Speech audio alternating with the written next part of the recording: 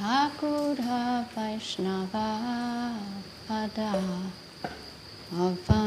Avanirashu Sampada Sunovaya Hoya Ekamahana Thakura Vaishnava Pada Avanirashu Sampada Sunovaya Hoya Ekamahana Ashaya Laya Pate Hare Krishna Kichache Ashoya Hoya Bhaje Hare Krishna Ki Jai Ado Sabha More Bhakara Anna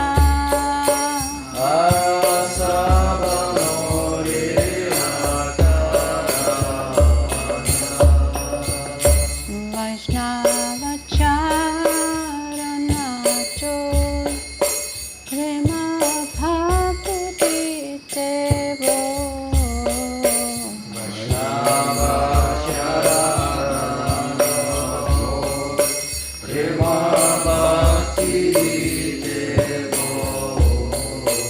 Ado ke hona he kalanda anta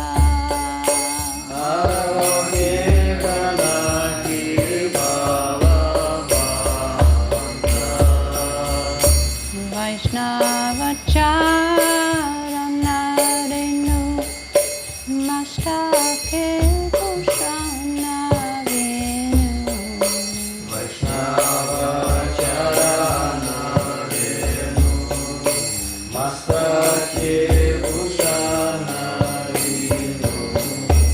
Adona he Bhushane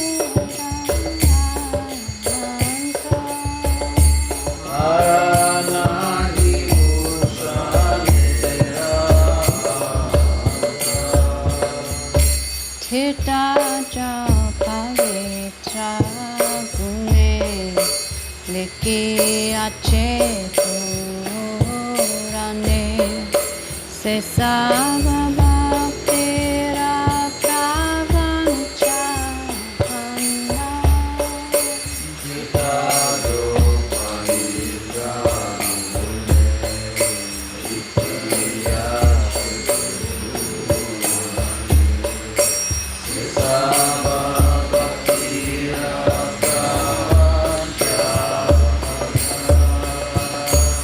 Vaishnavera Padatoka Shamana Shava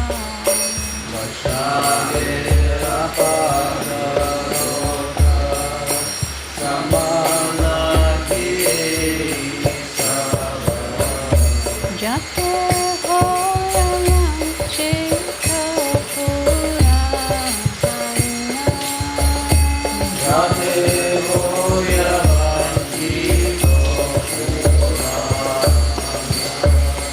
Vaishnava Sangete Manahana Dita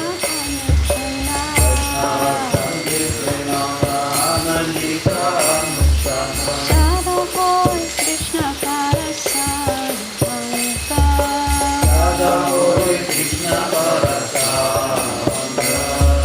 Dina Naratama Kadehiya Tatanahi Bande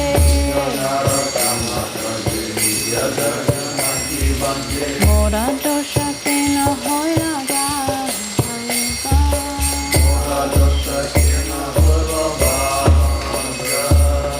Dina Naratama Kadehiya Tatanahi Bande Mora Dosha Kena Hoyraga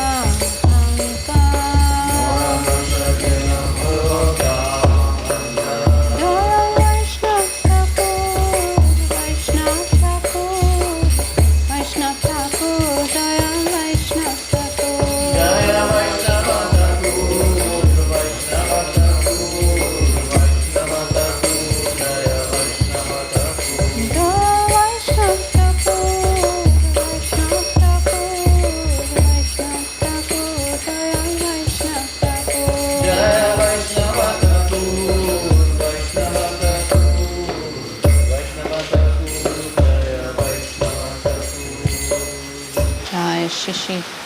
Prapana Jivanamritam Ki Jai. So today, perfect day in the pouring rain.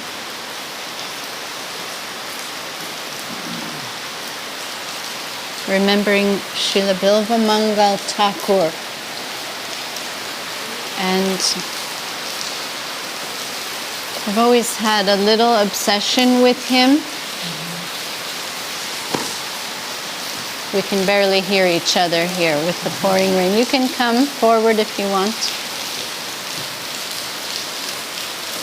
Yeah. So there's a beautiful verse in the Prapana Jivanamritam by Srila Bhakti Rakshidhar Dev Goswami Maharaj Ki.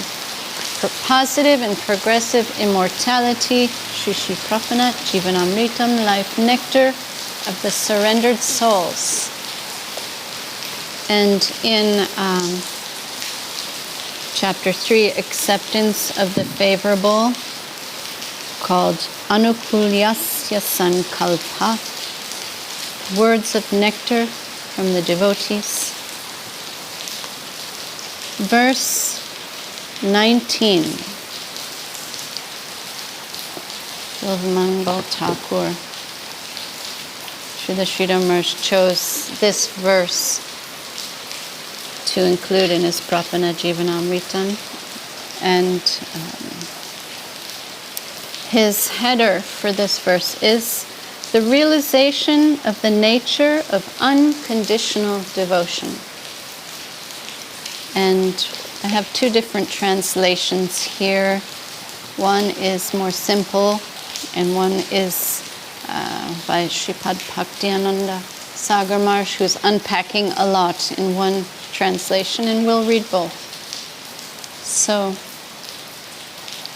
Bilvamangala Thakur writes in his Krishna Karnamrita, O Supreme Lord, if our devotion unto you becomes more steadfast, then by divine arrangement, your transcendental adolescent form will naturally appear within our hearts. Liberation herself will personally attend us with folded hands, like a maidservant. And the goals of religiosity, dharma, economic development, artha, and sense gratification, kam, will stand nearby, awaiting their orders from us. So,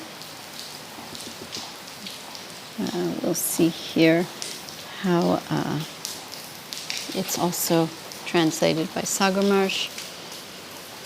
O Supreme Lord, if our devotion for you were more steadfast, your adolescent form would naturally arise, appear within our hearts. Then there would not be the slightest necessity to pray for the triple pursuits of religiosity, gain, and sensual desire, dharma, artha, and kama, and their negation in the form of liberation, mukti, because mukti will personally attend us as a concomitant subsidiary fruit of devotion in the form of deliverance from ignorance, her hands cupped in prayer like a preordained maidservant, and the fruits of bhukti, transitory pleasure culminating in attainment of heaven, will eagerly await their orders from us, should any necessity arise for them in the service of your lotus feet.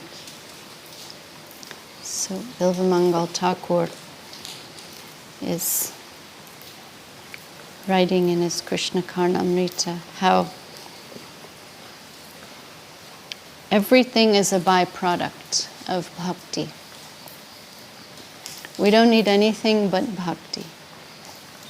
Liberation will come to serve us, wealth, sense gratification, not in the mundane sense, but using all our faculties, our senses for the service of the Lord.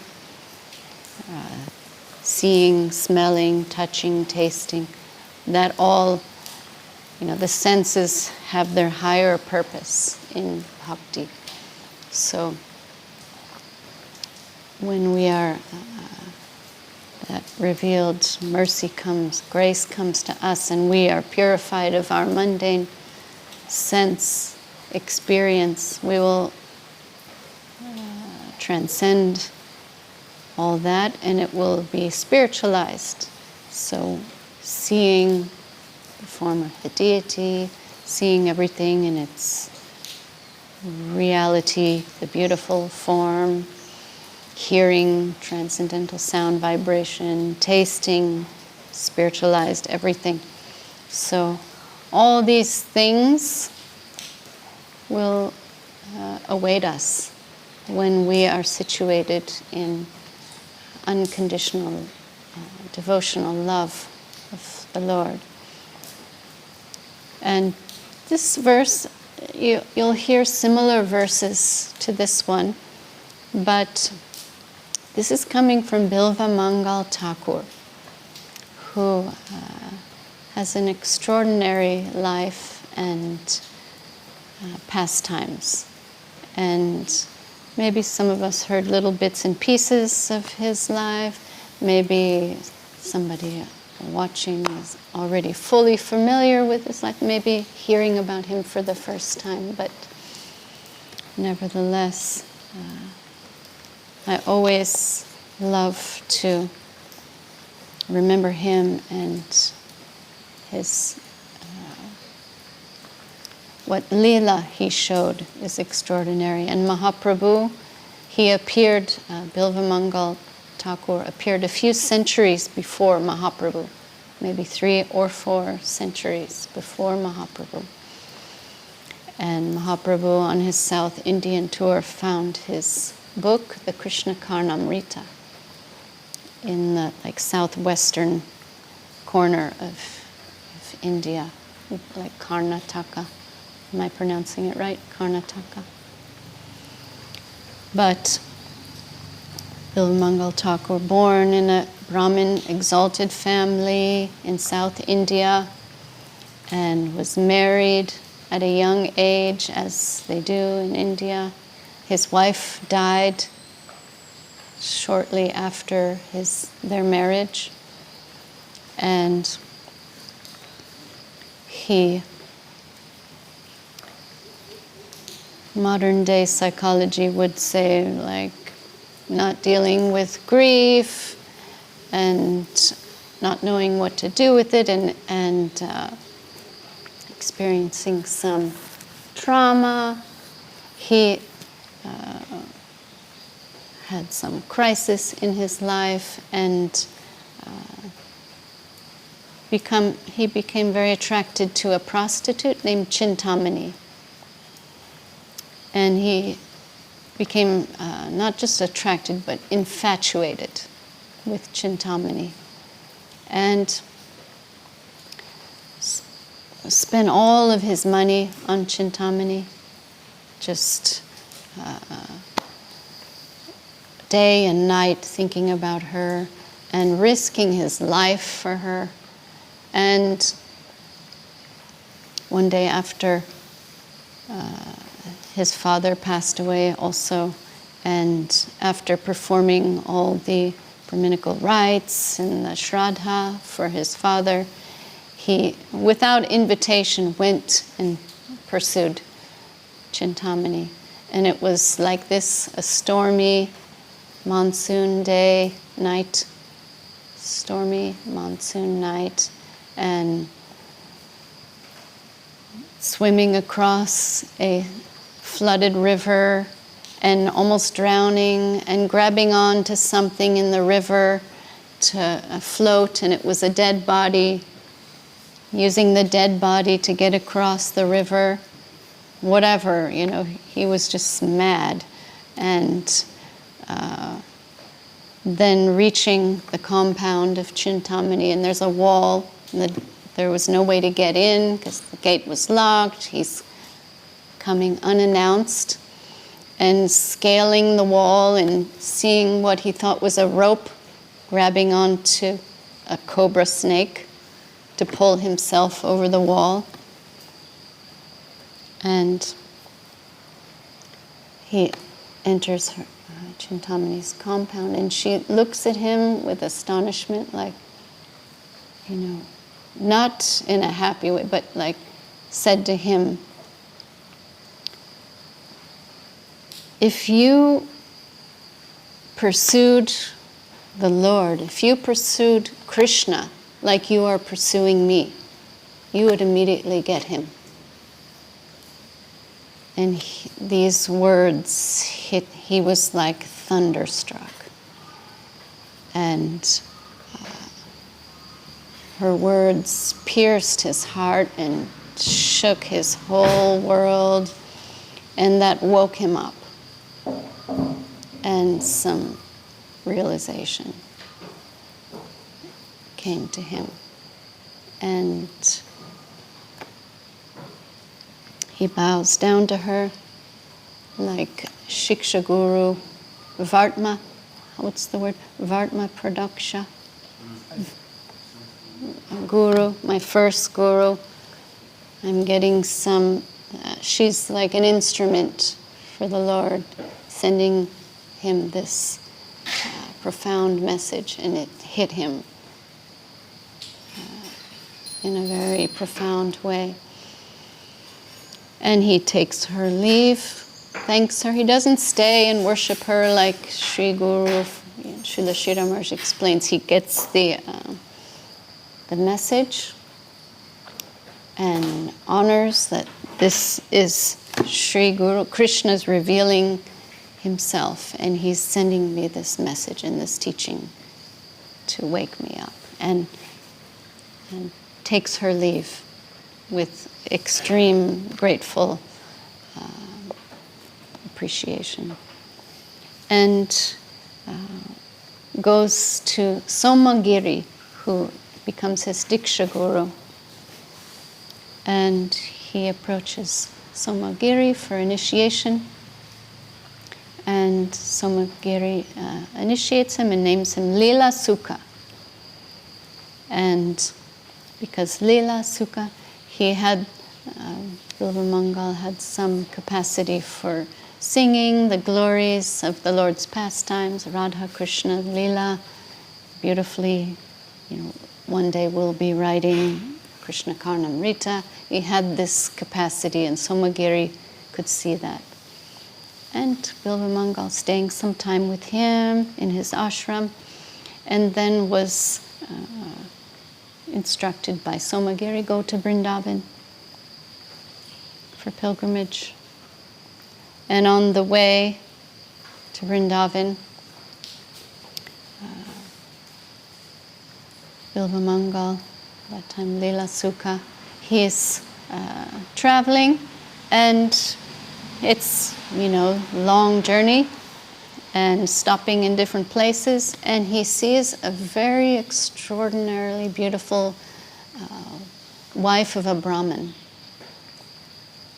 and becomes again infatuated. And he's lamenting like I already survived this whole infatuation with Chintamani, and thought I was over that, but look, here I am again, pursuing the satisfaction of my senses and being attracted to mundane beauty. And he asks permission from the Brahmin, can I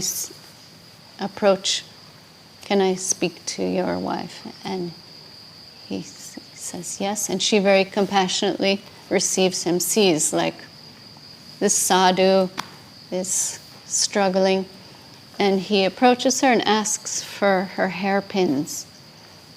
She has her hair in like a bun with pins, and he takes her hairpins and blinds himself, pokes his eyes out, and then continues on his journey to Vrindavan, like saying, these eyes are giving me so much trouble, and through these eyes I want to consume, acquire, control, consume, as Goswami Maharaj always says, acquire this mundane sense experience, control it, and consume it. And it's driving me towards exploitation and the opposite direction of service. it's driving me to be an exploiter and a consumer, and let's do away with these eyes that are giving me so much trouble. So he sets out for Vrindavan, continues his journey blind. And what happens? The Lord, Krishna, the Lord of his heart, appears and guides Lila Sukha, Bilvamangala Thakur, on his journey to Vrindavan, taking his hand and supplying milk, showing him where to rest. But their relationship is, at this point, Bilvamangala, Lila Sukha doesn't know it's Krishna. Some Brajabasi boy is taking him to Vrindavan. And some very sweet boy helping him on his journey. But sometimes this boy is he's getting very playful with Bilvamangala Thakur. And holding him, walking, and then letting go of his hand and hiding from him. And this little play is going on. And then when all this play is going on, Krishna begins to play his flute, revealing who he is. And Bilvamangala Thakur hears the flute song and realizes this boy is Krishna. And their journey continues to Vrindavan, and their play continues, and Krishna's tapping his hand and letting go and disappearing, reappearing. And Bilvamangala Thakur says, you can disappear from me, but not from my heart. You're always in my heart. And it's mentioned that although he's physically blind and cannot see Krishna's beautiful form, internally, his internal spiritual vision has become so developed and so full-fledged and so substantial and overflowing that he can describe the beauty of Krishna like no one else. And you can see that in the Krishna Karnamrita that Mahaprabhu relished. So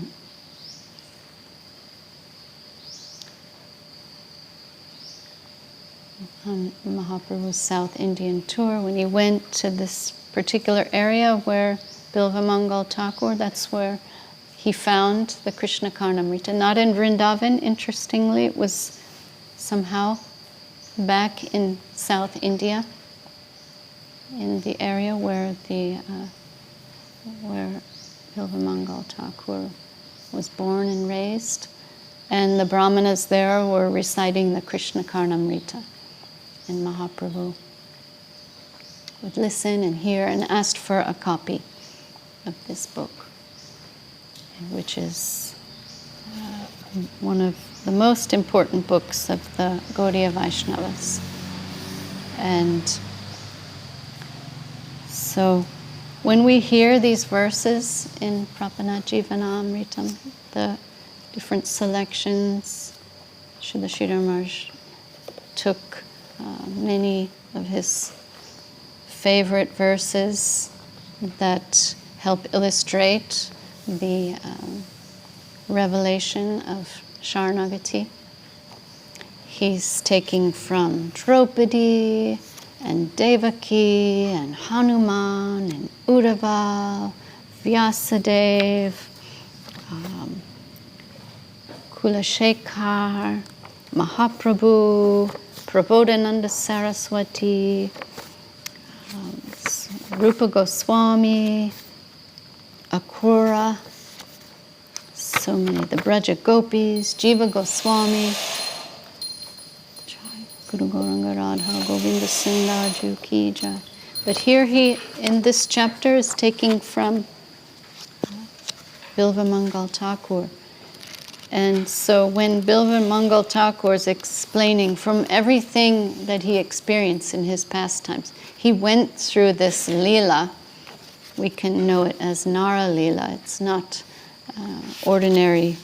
He was not an ordinary person. He was showing the pastimes of a great devotee and what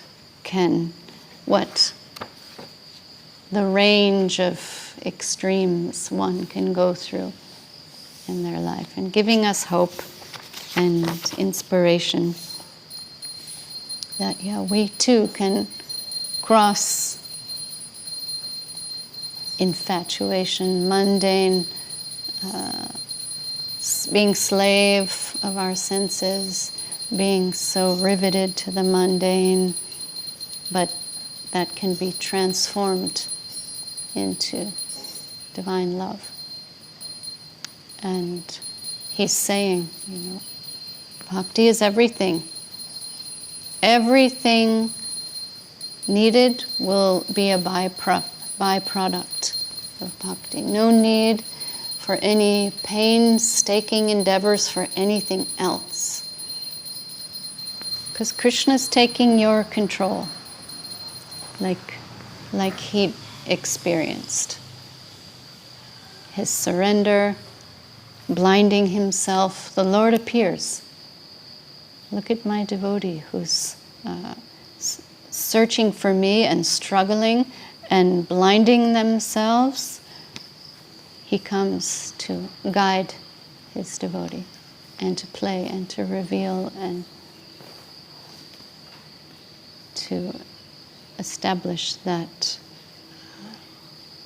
relationship with his devotee. So Bilvamangala Thakur is, the backstory is there to illustrate these are not just poetic words. It's not just another sloka. And it's true, but when you look at his life and his pastimes and his experience, then it becomes even more real and substantial and notable. So I always like to take the time when I go through this book and see all the different verses from the different personalities. Some of them we are more familiar with than others. Just take a look, who is this? We are personalists. Who is this person? What is their story? What is their pastime? Who are they? What did they go through? What is their background? And then we can appreciate even more what they are sharing. So, Bilvamangala Thakur speaking from experience and from love, from divine realization through the Lord revealing himself and his sacrifice and making himself helpless. So the Lord must come to help him. Extreme example, but one that's full of wisdom, full of hope and profound sincerity. And once devotion becomes firm, one-pointed, and free from ulterior motives, everything else falls into place as a natural byproduct without having to pursue it. So, honoring this beautiful verse from Sri Prabhupada Jivanamrita, acceptance of the favorable, verse number 19 from Life Nectar of the Surrendered Souls. So, such an extraordinary life and pastimes of Bilvamangala Thakur, where we can reflect on and have some extra hope in our humble attempts, in our experience. Sometimes we feel so far, so engrossed in our senses, feeling maybe no hope. But these examples give us hope. That's what this pastime is all about, to show us we can be the worst of the worst and achieve the highest thing.